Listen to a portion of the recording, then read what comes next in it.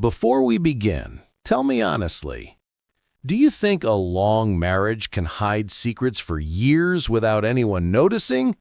Comment, yes or no. I used to believe peace came with age. I earned it. I worked hard for decades, raised kids who built their own lives, paid off my house in Parma, Ohio, and stepped into retirement with a sense of quiet pride. I always thought the older you get, the more stable life becomes. You wake up, you drink your coffee, you enjoy the simplicity of another day. That was my routine. Every morning started the same. A walk around our block, nodding at neighbors I had known for 20 years, a stop at Lou's Diner for eggs and black coffee. The regular crowd always sat in the same seats. Life felt steady.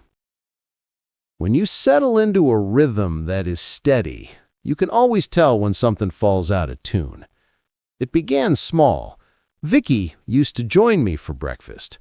Not every day, but enough that the empty seat across from me never felt lonely. One Thursday, she stayed in bed. She said she did not sleep well, so she would rest. Nothing unusual. But Friday came, and she stayed in bed again. Saturday, she left before I woke up. A subtle shift, a new pattern, quietly forming. I brushed it off at first.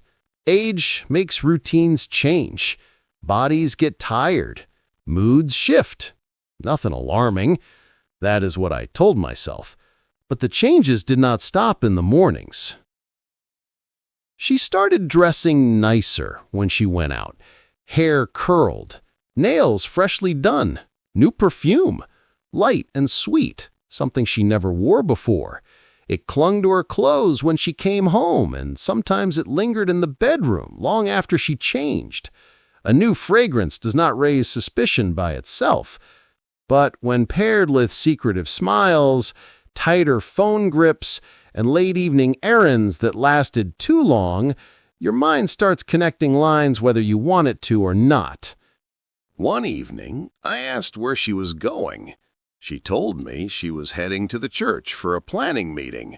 Her voice was casual, too casual, like she rehearsed it. I knew every parking lot light at that church.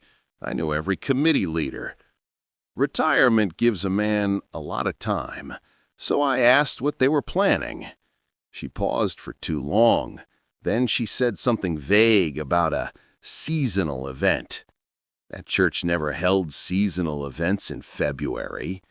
Thanks for being here. Where are you watching from? Drop your city and country in the comments. Tap like and hit subscribe with notifications so you never miss a new story. Now back to my story. My stomach tightened in a way I had not felt since I was a young man facing my first real disappointment in life. I did not argue. I did not accuse. I nodded and told her to drive safe. The smile she gave me felt practiced, almost polite. We had been married long enough that I could read her slightest expressions. That smile said she hoped I believed her. Trust does not vanish all at once. It erodes, like shoreline rock, piece by piece, until one day you notice the land you stood on is not as solid anymore. The next morning, she hovered over her phone like it held fragile glass. She turned the screen away when I walked by. That had never happened before. We used to share everything. If her phone buzzed after dinner, she would show me pictures from our daughter or a video of our grandson. Now she tilted her screen down and let it ring out. The sound felt sharp in the air, like it cut the room in half. Still, I did not speak. Marriage teaches you many things. One lesson stands above the rest. Emotional storms do not always need thunder. Sometimes the quiet moments carry the heaviest weight. I chose silence, not because I was weak, but because I wanted truth to show itself without forcing it. The world outside our house felt the same. Streets calm, Lake Erie still in the winter chill. Retired men playing cards at the senior center, talking about football and aching knees. Life had not changed. Only my house had. Only my marriage had. I walked each morning thinking about it. A lifetime beside someone, yet suddenly feeling distance you cannot measure. Trust does not disappear overnight. It slips. It fades. One day you look across the table at someone you love, and you do not see certainty anymore. You see questions. And questions have a way of demanding answers, even if no one speaks them aloud. If your partner changed their habits suddenly, would you question it, or observe quietly first? Suspicion keeps a man awake in a way coffee never could.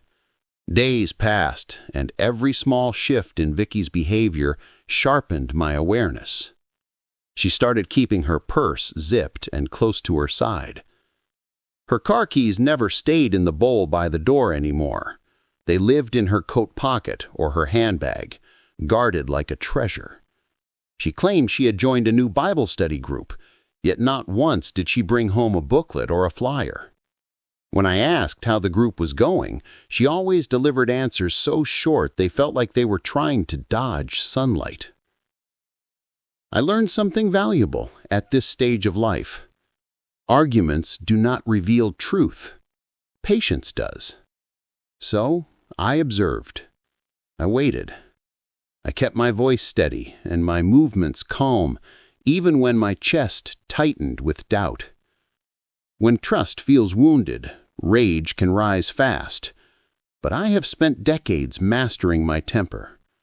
You cannot build a long marriage without learning self-control.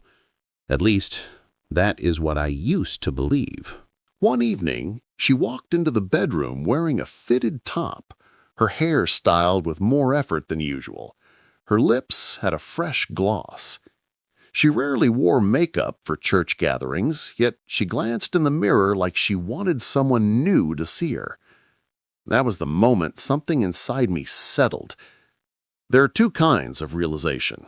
One is loud and shocking.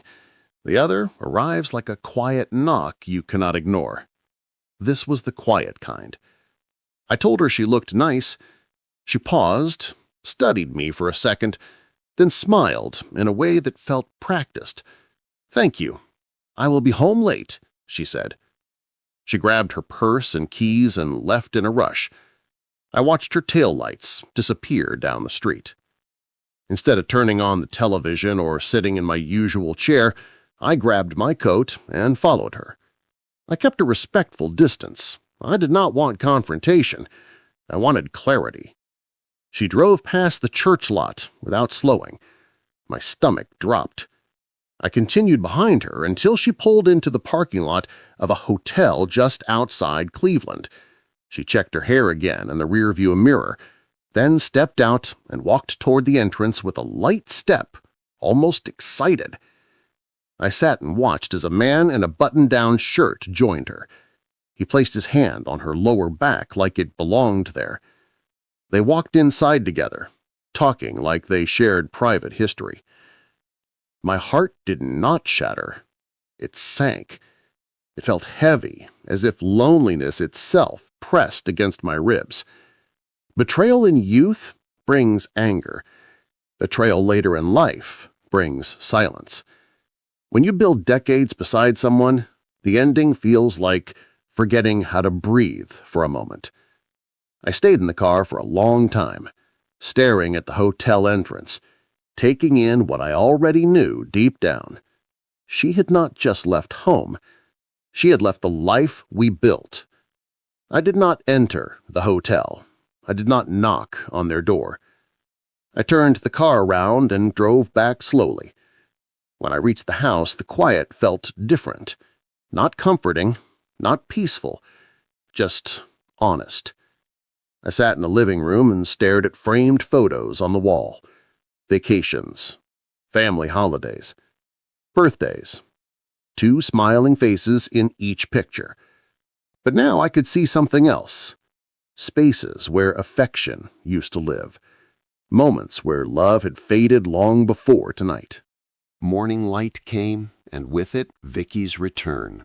She slipped inside the house quietly, like someone who did not want witnesses. I heard the shower running soon after. While she showered, I opened her closet. I noticed a small bag tucked in the corner, hidden under scarves. Inside it sat the bottle. Seeing it confirmed everything. I held it in my hand for a long moment. My breath stayed steady. I walked to the basement, took out a tube of glue, and replaced the contents. My hand did not shake. I returned the bottle to the bag, placed everything exactly as she left it, and closed the closet door. I did not feel pride. I did not feel triumph. I felt final clarity. Some answers, once uncovered, remove every doubt. Silence did not mean surrender. Silence was strategy. Would silence feel harder than confronting someone who betrayed you? Tell me in the comments. The morning after I switched the bottle, I watched Vicky move through the house with practiced ease. She hummed while making coffee. She kissed my cheek like nothing in our world sat broken beneath the surface. She talked about running errands and maybe stopping by the church to help set up for a program. I listened. My face remained neutral. Years of marriage teach you how to stay composed. She believed my silence meant ignorance. She did not realize silence can also mean precision. When she left the house again that evening, she dressed even sharper than before. A fitted blouse, neat slacks, and that same perfume she never wore for me. She applied lipstick slowly in the hallway mirror. Then she told me not to wait up. She walked out wearing confidence she did not earn. After she drove away, the house felt still. For a moment, I wondered how marriage can shift from deep familiarity to quiet distance so quickly. But truth arrives in layers, and once you see it, you cannot go back. I sat in my chair, hands folded, waiting for time to play its part. Revenge is not always loud. Sometimes it is a quiet correction to a long dishonesty. Hours later, my phone rang. Unknown number. I answered. The voice on the other end spoke with uncomfortable urgency. "Mr. Gregg, your wife is in the emergency room at Cleveland Medical. We need you to come in." I did not rush. I put on my coat, locked the door, and drove with a calm that felt unsettling even to me.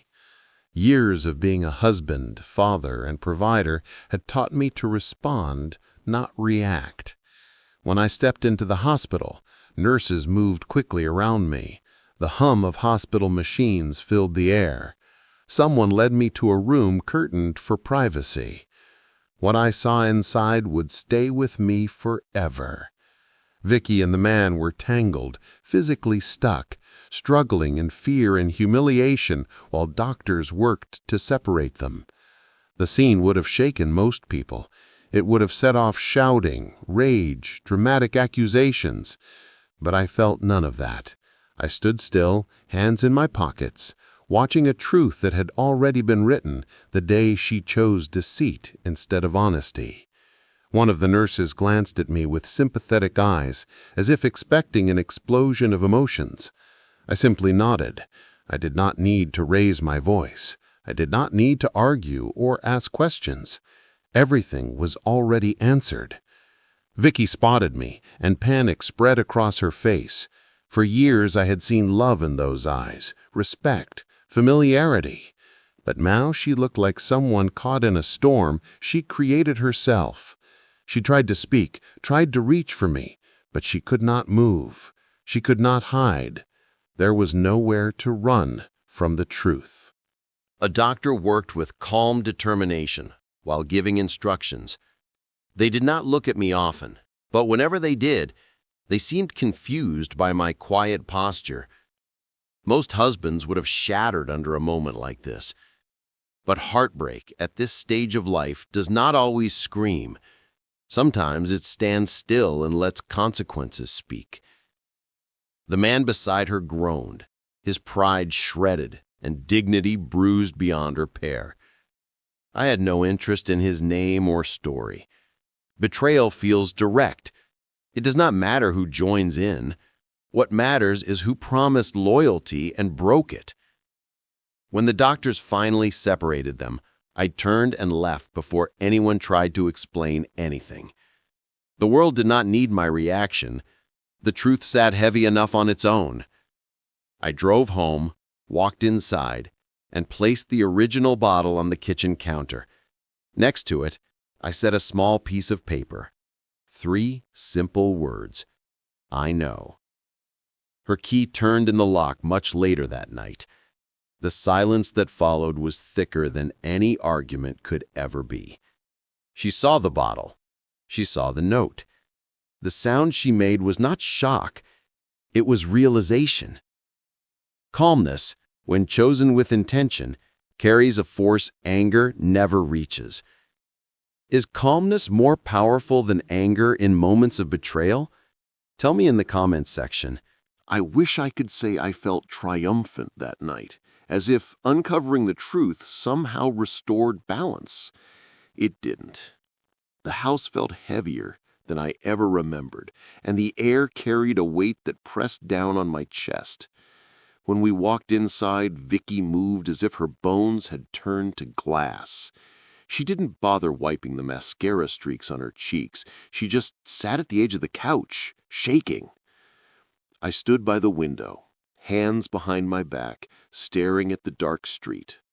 Streetlights glowed across the pavement. The world kept moving. Cars passing, leaves shifting on the pavement. But inside this house, everything froze. She whispered, "Jackie, please say something." I didn't answer.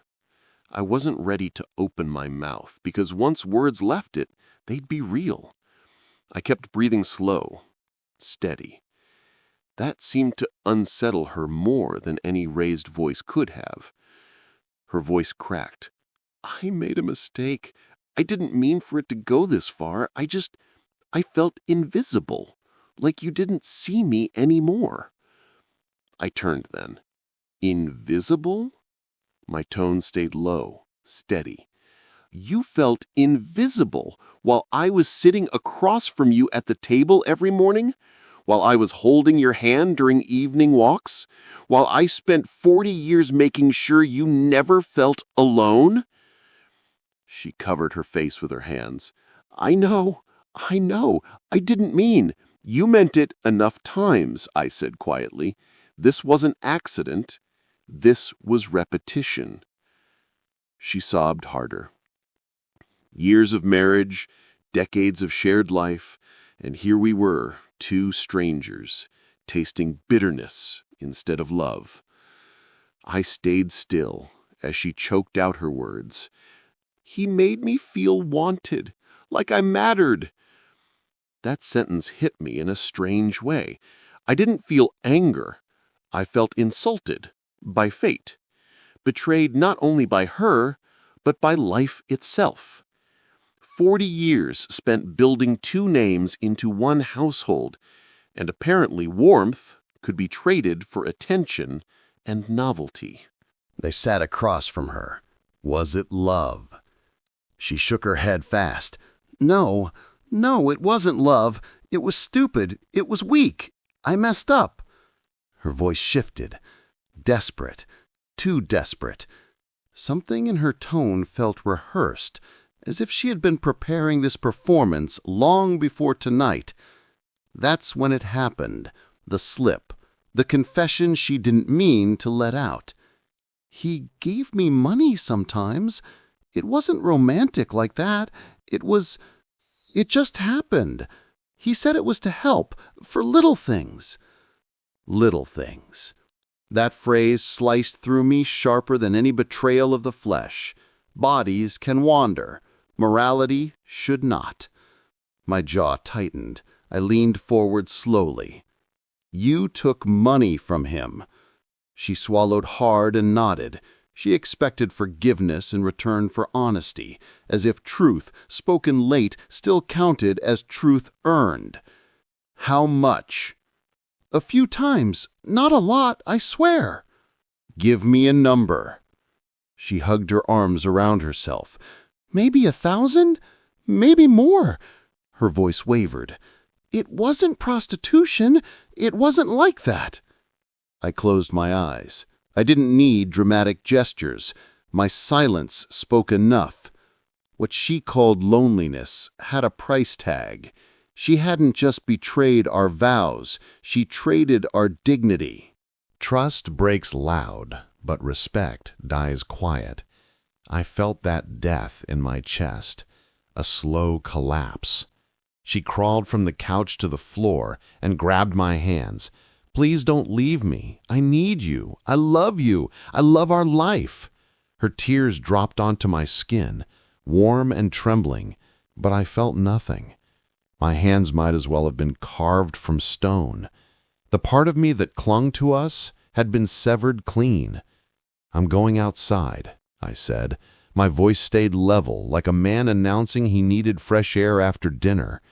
I slipped my hands from hers, stood, and walked to the door. Behind me, she sobbed harder, her voice cracking into broken syllables. I didn't turn around. I stepped into the night, and the cold greeted me kindly. I breathed, slow and deep, grounding myself in the crisp air. I didn't know what would come next, but one thing felt certain. Trust could bend. Respect, once fractured, rarely found its original shape again. Is emotional betrayal worse, or is financial betrayal worse? Let me know your thoughts. The next morning looked ordinary from the outside. Birds in the yard, coffee brewing, light cutting across the kitchen tiles.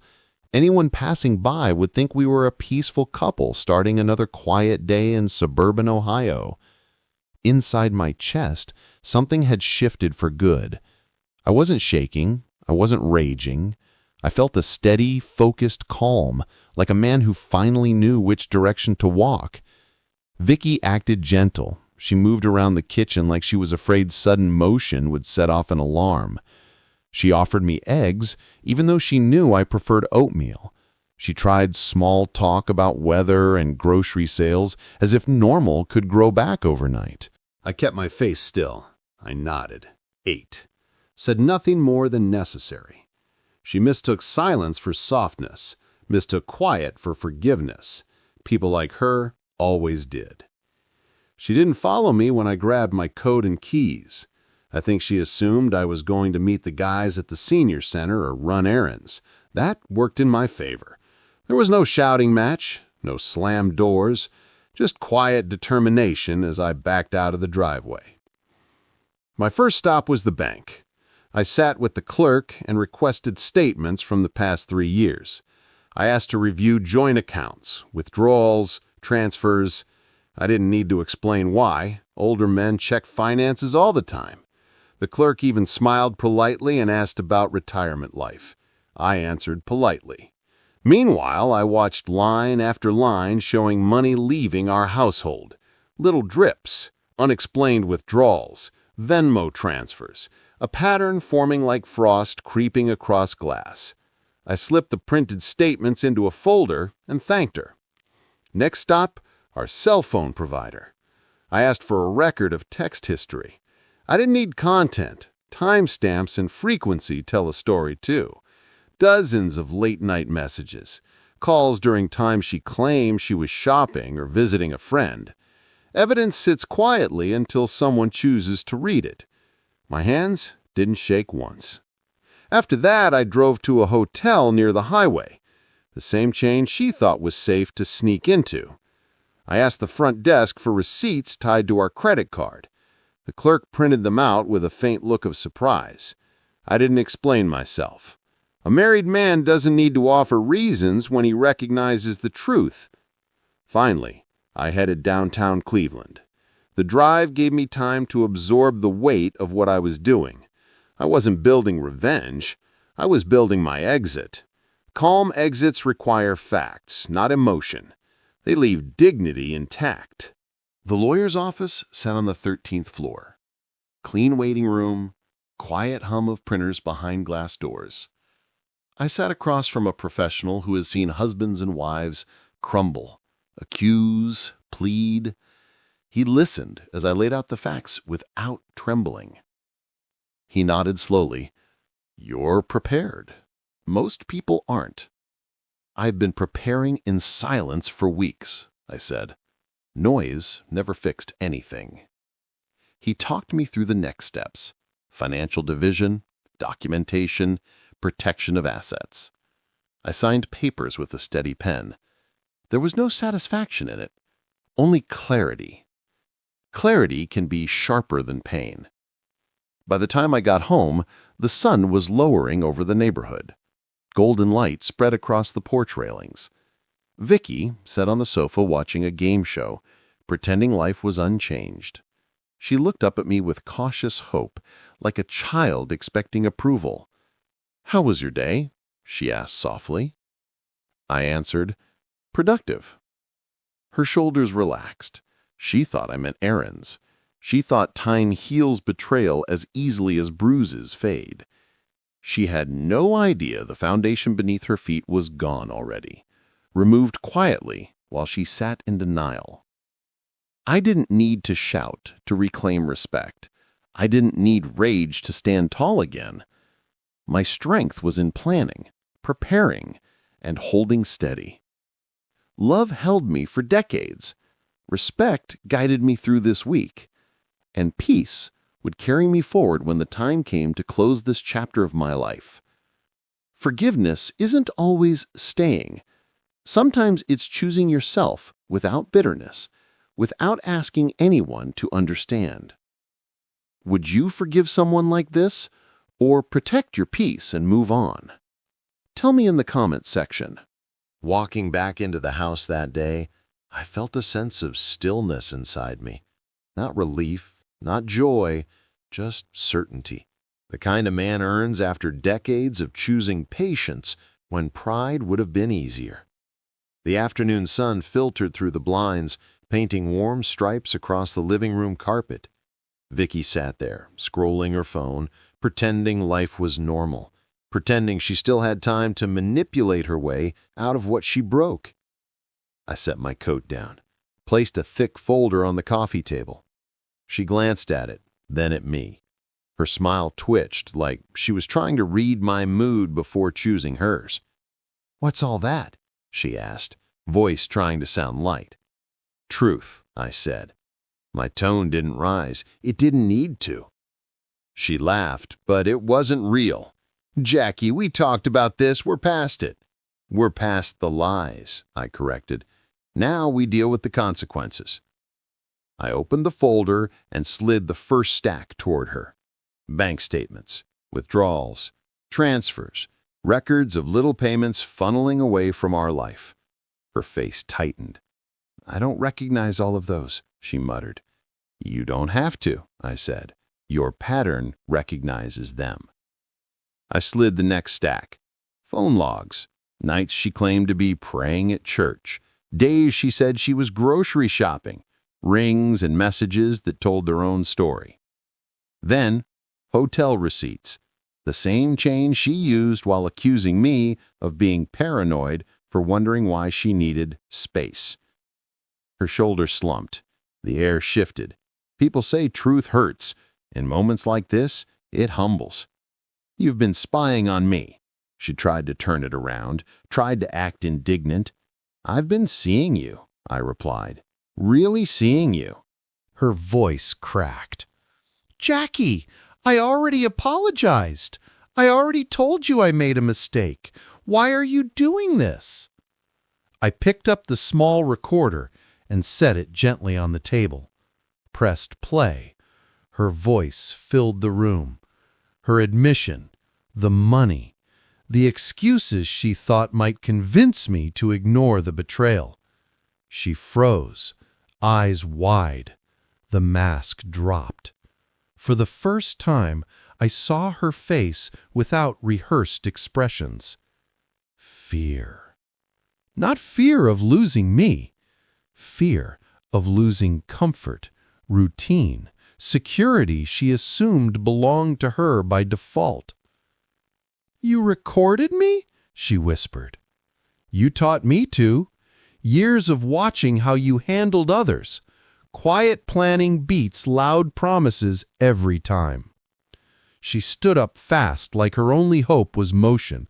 "I can lawyer up too," she snapped. "You think you can leave me with nothing? I gave you my life.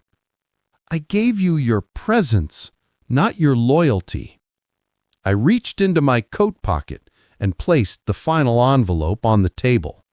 Legal papers, accounts moved, locks changed on shared cards. I had already spoken to the attorney. I had already secured what needed securing. She wasn't blindsided by betrayal. She was blindsided by accountability. She grabbed the envelope with shaking hands, flipped through it, then looked at me like the world had tilted. "You can't do this. You wouldn't survive alone." I held her gaze, calm, grounded, solid as the kitchen table I built with my own hands back when love felt simple. "I've survived much harder things than peace," I said. She realized then that control wasn't loud. It didn't slam doors or shout accusations. It walked calmly. It gathered facts. It spoke softly while standing firm. She spent years believing emotion was power. She never learned that restraint was stronger. Her eyes darted around the room like she was searching for an escape. But the truth sat heavy in the air, and there was nowhere left for her to twist it. "Jackie, please," she whispered. That one word, once warm, now felt like dust. "No," I said quietly. "You made your choice. I'm making mine." This chapter wasn't about revenge. It was about reclaiming dignity. Some endings don't arrive with explosions.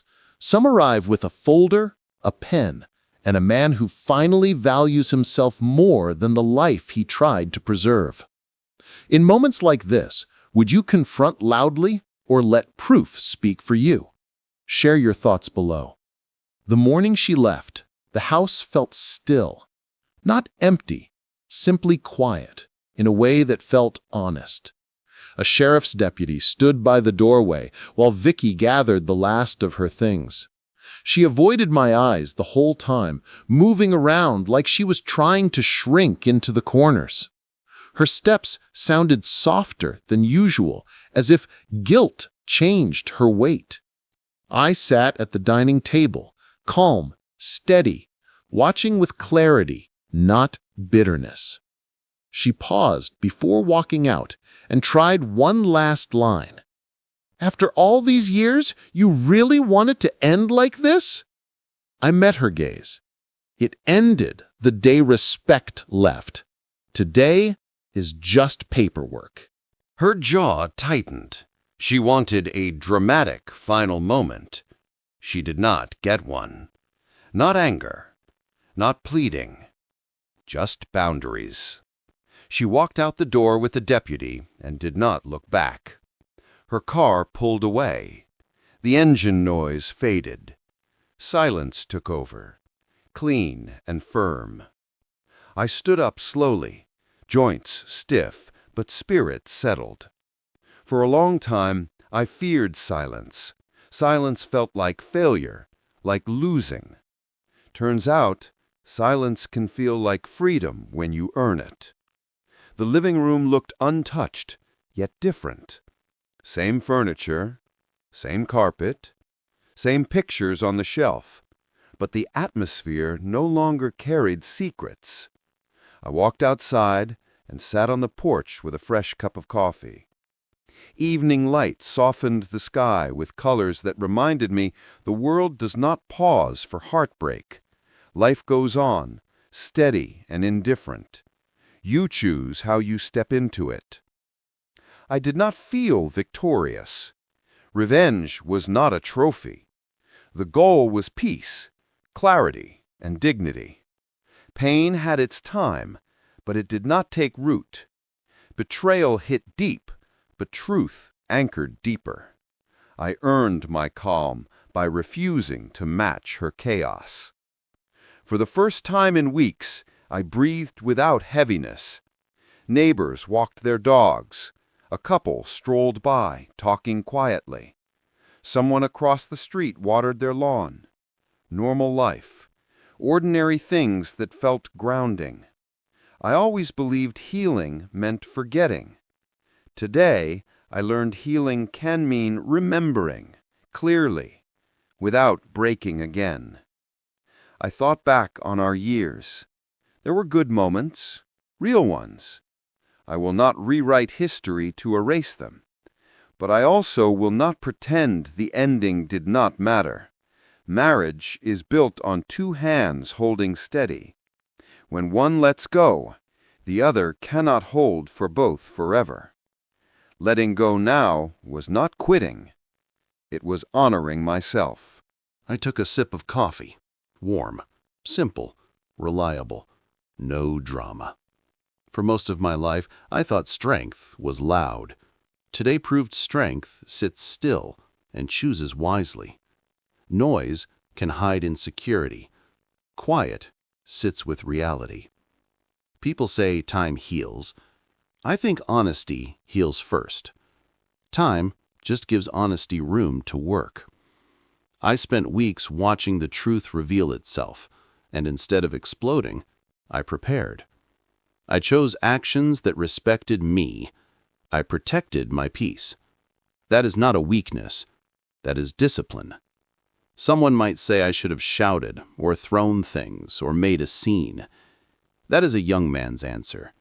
Rage burns fast, then leaves you with ashes. A plan builds stability. A plan protects your future. A plan reminds you that dignity matters. I leaned back and listened to the soft sounds of the neighborhood. Birds, distant laughter, the hum of a car rolling by. Nothing dramatic, just life moving forward, and me moving with it. The world did not end. The wrong chapter did. A better one was beginning. I did not lose, I learned. I did not break, I adjusted. I did not seek revenge to hurt someone. I chose revenge that restored my peace. That difference will carry me farther than anger ever could. Some storms do not come to damage your life. They come to clear your sight. They show who belongs and who never did. They remind you that peace is worth protecting more than pride. Tonight, I will rest. Tomorrow, I will rebuild. And I will do it with a calm heart and steady steps. Tell me in the comments, did I choose the right path by planning quietly instead of reacting in anger?